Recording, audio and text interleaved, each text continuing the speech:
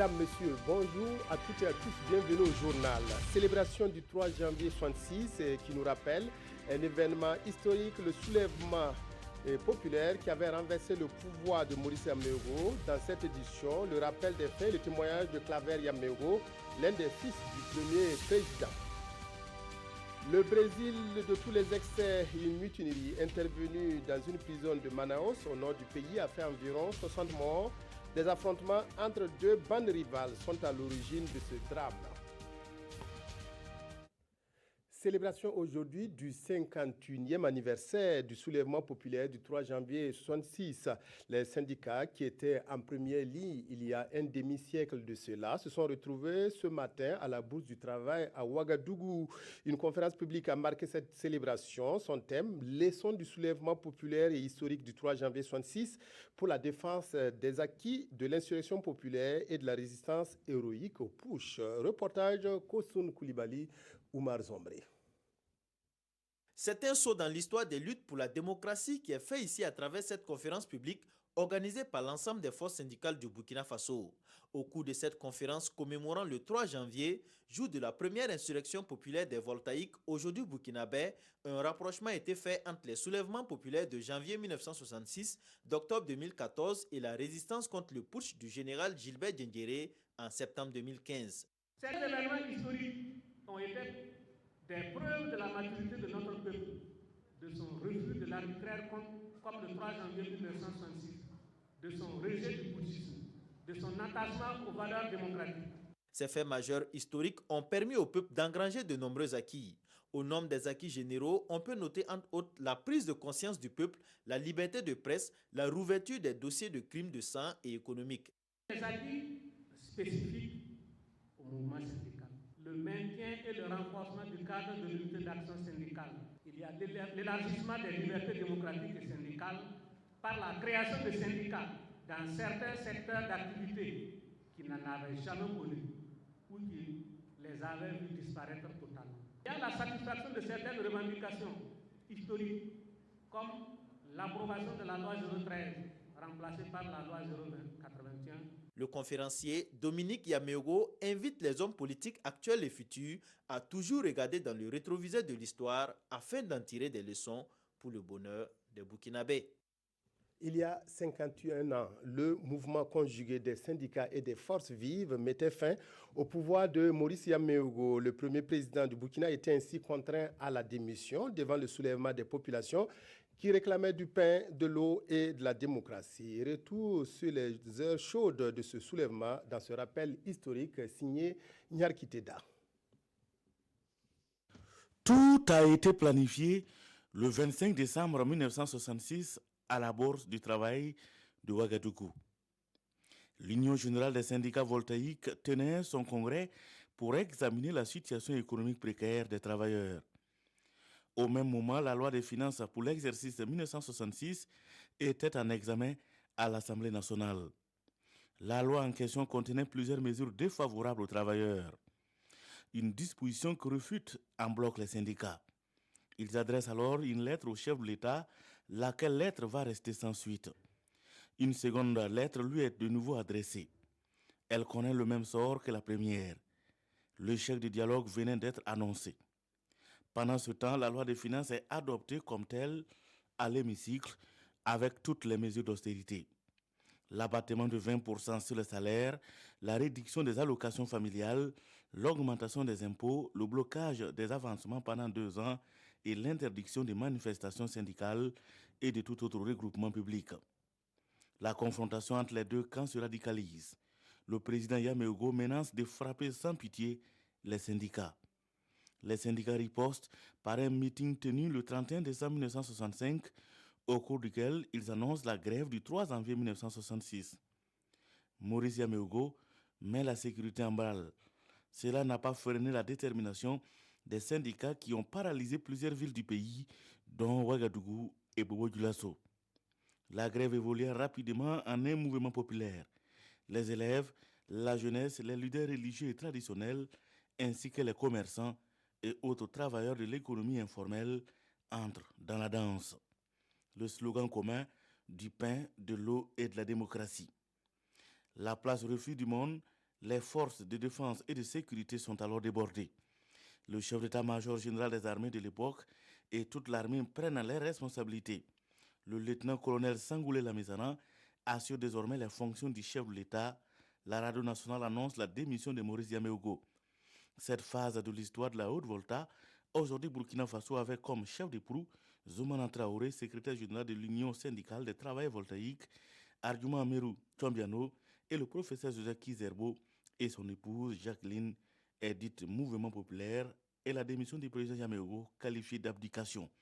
La Première République prend fin, l'armée s'accapare du pouvoir et s'installe jusqu'au 31 octobre 2014, soit pendant 48 ans. Le soulèvement populaire du 3 janvier 1966 marquait une rupture dans la démocratie burkinabé, vous l'avez entendu avec Nyarkiteda, avec l'arrivée au pouvoir de l'armée et le premier président déchu de ses droits civiques et de ses biens confisqués. Comment ces ayants droit perçoivent-ils cette date historique? Rencontre avec l'un des fils de Maurice Yaméogo, Claver Yaméogo. Son témoignage est recueilli par Salif Belem et Sanoua Christine Koulibaly. 3 janvier 1966, dans un contexte africain où le parti unique est la règle d'or, un peuple parvient à faire partir un régime, celui de Maurice Yaméogo. Face aux revendications syndicales mues en un soulèvement populaire, le président démissionne pour éviter toute effusion de sang. S'ensuit donc une période d'atymie pour le père de l'indépendance de la Haute-Volta. 3 jours après, ils sont allés le prendre à Goudou pour l'interner pendant 5 ans. Pendant 4 ans, il n'a pas été jugé. Vous comprenez? Et après, un jugement fait à huis clos, ça encore, c'est tout un débat. On le condamne et on le prive de ses droits civiques. C'est ce qui a fait le plus mal à mon père, et il a mal vécu pendant toute sa vie, durant que nous avons vécu ensemble, le fait qu'il soit un citoyen étranger dans son propre pays. Entre prison, assignation à résidence et même l'exil, Maurice Yaméogo n'a jamais cessé de demander un jugement populaire, mais en vain. Quand ils ont demandé le jugement à huis clos, mon père a dit, si vous ne voulez pas le jugement populaire, alors à partir de cet instant, je ne parlerai plus, je vais me taire. Personne n'est retourné vers Maurice pour lui demander sa part de vérité. Quelle est votre part de vérité après, Monsieur le Président Yaméogo? Quelle est votre part de vérité concernant le 3 janvier? Au moins, ces archives-là auraient permis à la nouvelle génération de comprendre l'histoire. Ça a poussé mon père à beaucoup fumer. Pour Claver Yaméogo, le 3 janvier est considéré comme le début de la descente aux enfers pour le premier président de la Haute-Volta, aujourd'hui au Burkina Faso. Je ne peux pas comprendre qu'il y a quelques jours, le 11 décembre, on honorait le premier président, père de l'indépendance, qui a proclamé l'indépendance, et que quelques jours après, même pas un mois après, alors on célèbre sa chute le 3 janvier. Je ne comprends pas. On peut dire le 3 janvier est la fête des syndicats parce qu'ils ont frappé un grand coup d'éclat dans une grande manifestation, les syndicalistes fêtent. Mais si vous voulez, dans son naissance, fêter la chute du président Maurice Yaméogo, vu l'histoire, non. Réhabilité au soir de sa vie en 1991, Maurice Yaméogo disparaît en 1993. Aujourd'hui, Claver Yaméogo trouve que son père est sous-valorisé. Qu'est-ce qu'on retient de Maurice Yaméogo au Burkina Faso? Il n'y a même pas un monument le célébrant. Il n'y a même pas une avenue où on peut dire on va se rendre au rond-point Maurice Yaméogo, où on va aller à l'avenue Maurice Yaméogo. On lui a donné une petite ruelle qui démarre d'une banque et qui se termine au ministère des Affaires étrangères. Alors moi, je veux faire un appel véritablement aux autorités pour voir, il faut revoir quand même le cas du premier président, Maurice Yaméogo, et lui donner quelque chose d'honorable. Personne ne pense même à sa veuve. Et ça, c'est un cri qui me vient du fond du cœur. Si cela passe, je voudrais bien quand même qu'il se pose la question, que devient la veuve du premier président Maurice Yaméogo? Où vit-elle? Dans quelles conditions? Elle n'a même pas de maison. Elle ne peut même pas rentrer au Burkina. Elle n'a même pas de voiture. Elle n'a rien. Elle vit dans le dénuement. Qu'à cela ne tienne, Claver retient de Maurice Yaméogo un père aimable, pacifique et surtout un fin politique, aimant l'excellence. Voilà, avec ce témoignage, nous refermons cette page 3 janvier 66. Le haricot vert, qui a longtemps fait la fierté des maraîchers du BAM, rencontre des difficultés d'écoulement actuellement. Des centaines de tonnes sont périodiquement détruites faute de débouchés commerciaux. Le millier d'acteurs qui font de la culture du haricot vert leur principale activité appellent l'État à la rescousse. Le témoignage à Kongoussi est signé Moussa Ouedraogo, Zoubaviel, David Dabiré. La filière haricots verts, fleuron de l'économie locale dans le BAM, traverse des moments difficiles. Les acteurs évoquent la faiblesse de la consommation locale et surtout le manque de débouchés tant au niveau national qu'international pour l'écoulement de leur production. Conséquence, les prix vacillent au gré des acheteurs. Ce sont des femmes qui viennent de Ouagadougou, dans les différents yards de Ouagadougou, et qui viennent pour acheter l'haricot vert. Et ça fait que le prix pour le maintenir sera très difficile. Notre problème, c'est le problème d'écoulement. Même si quelqu'un t'aide de travailler et que tu travailles, si tu n'as pas pu écouler, c'est un peu difficile. C'est compliqué parce que les revenus là, par exemple, on va voir ça comme ça, mais si on va évaluer, vraiment, c'est faible.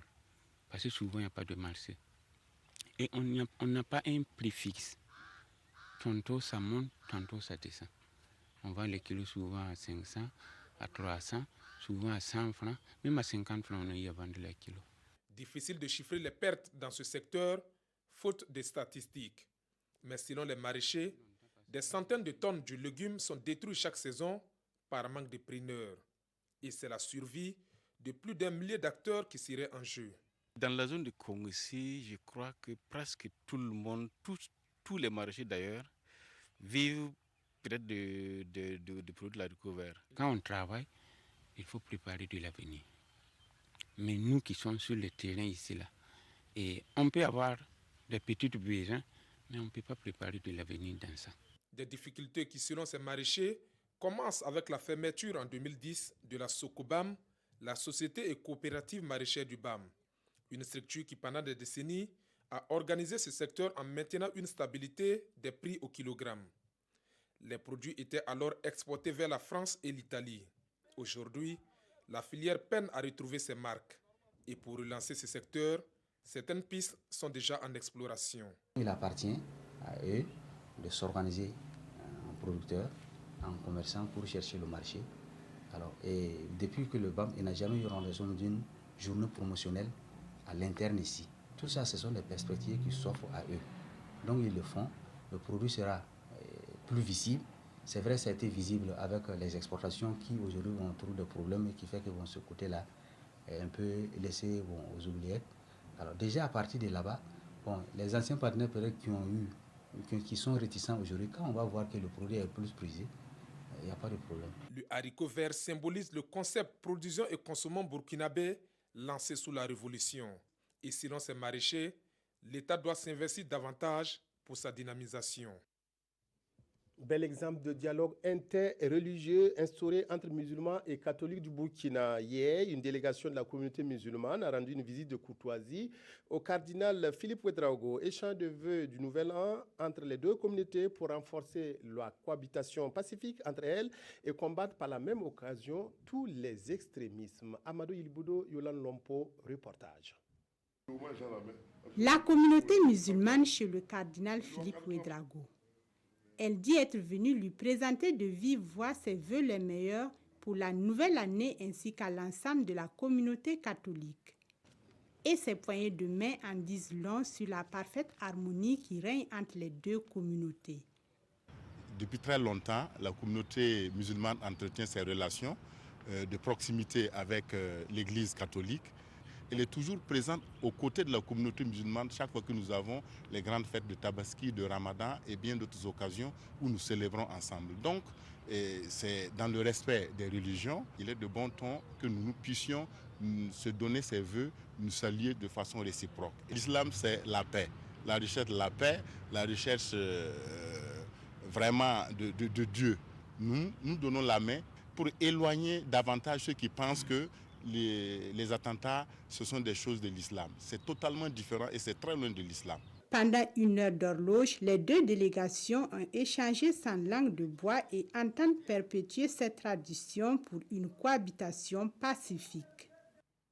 Tradition respectée dans le Yatenga où le roi a organisé le rituel du Nabit Kyugu, où le Naba est allé à la lune quelques jours en brousse pour se mettre en relation avec les ancêtres pour leur demander protection et abondance pour son royaume. Le premier jour de l'an, Naba Kiba a régaillé son palais dans une ambiance festive. Awayugia, Irénée, Kabore et Moussaki. Le roi du Yatenga, Naba Kiba, vient d'achever son rituel, le Naba Yikigu, qui signifie le Naba est allé à la lune. Une semaine passée hors du palais pour communier et demander bénédiction aux ancêtres pour sa population, le garant de la tradition des Yartse reçoit ici, dans cette brousse, salutations, hommages des notables et autres personnes. Depuis ma naissance, on quitte le palais pour une semaine ou bien 9 jours, ça dépend de la ligne. Si on quitte le palais, on vient ici, on reste. Si on ne voit pas la ligne, on ne rentre pas. C'est la coutume que les prévoit comme cela.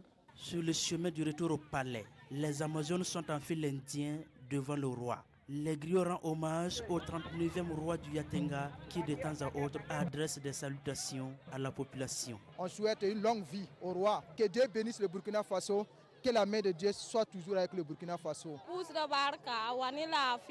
Je rends grâce à Dieu pour le retour du roi dans son palais, tout en formulant mes vœux de santé et de bonne saison agricole. Une fois au palais donc, Naba Kiba peut ressortir pour présenter ses vœux de nouvel an au gouverneur du Nord et aux autorités provinciales. Le Naba Yikigu s'exécute en fonction du cycle lunaire car l'apparition de la nouvelle lune ne doit pas trouver le roi au palais. Les finalistes de la 7e édition du Ouistiti d'Or sont connus. 8 humoristes étaient en compétition lors de la première partie. Ils venaient de la Côte d'Ivoire et du Burkina pour se retrouver baptisés Bonne année. Les 4 finalistes se retrouvent ce soir à la Maison du Peuple pour continuer à distiller la bonne humeur à travers le rire. Les précisions de Roger Bebamba et de Mounira Kéré. Débuter l'année dans la bonne humeur, c'est l'objectif de Bonne année Ouistiti d'Or 2017. Un spectacle humoristique qui est à sa 7e édition et qui vise à égayer le public burkinabé, mais pas seulement. C'est le lieu de découvrir de nouveaux talents. Dieu ne m'a pas donné de pied, moi-même je n'en voulais même pas. Très chers compatriotes de la République du Pire ne sera comme avant. Désormais nous avons 46 provinces. Et les 46e provinces, tout le monde connaît là-bas. Rentre avec bonheur dans Bonne année. Je suis mort comme ça. Le président dit, tu vas te donner la note. Il fait ça. Voilà un monsieur dans mon quartier comme ça, c'est la femme, il cherche. Son pote qui travaille chez lui là, c'est ça, il cherche. En fait déjà, voilà, il se lève sur son lit comme ça, il enlève son caleçon, il enlève son foufou. Il s'en va chez la bonne comme ça. Pour cette édition, 8 humoristes du Burkina et de la Côte d'Ivoire tiennent le public en haleine. Une initiative de Salif Sanfou qui entend vendre le talent des artistes humoristiques burkinabés et d'ailleurs. Nous allons travailler autour de la RSE et faire en sorte que des sociétés puissent soutenir les privés comme le ministère de la Culture afin qu'ensemble nous puissions développer les industries culturelles dans notre pays. Ce spectacle constitue la première partie de la 7e édition du Ouistiti d'Or, une scène qui a vu la nomination de Petit Sergent et de Gombo.com pour la deuxième partie prévue pour ce 3 janvier 2017. Le Brésil a vécu une dramatique mutinerie hier à Manaus, au nord du pays. 56 détenus ont été massacrés et nombre d'entre eux ont même été décapités. La mutinerie a duré 15 heures et s'est transformée en guerre entre deux bandes rivales. Les émeutes ont débuté pendant les heures de visite. À Manaus, au Brésil, un complexe pénitentiaire a été le théâtre d'une mutinerie et d'un bain de sang entre détenus. Des affrontements entre deux bandes rivales ont fait 60 morts. Les violences débutées dimanche après-midi ont duré jusqu'au lundi matin. 12 surveillants ont été pris en otage, mais les principales victimes sont les prisonniers eux-mêmes. Certains corps ont été retrouvés décapités. Malheureusement, il y a eu des morts, a indiqué le secrétaire à la sécurité de l'État d'Amazonie. Certains prisonniers se sont échappés, dit-il, mais nous ne savons pas encore combien. Les mutineries sont fréquentes dans les prisons surpeuplées du Brésil. En interne, des factions criminelles se disputent pour le contrôle du trafic de drogue. Cette fois, c'est une faction locale, la FDN, qui a assassiné ses rivaux. C'est tout pour le journal de la mi-journée sur la RTB. Merci de l'avoir suivi. Excellent après-midi à vous.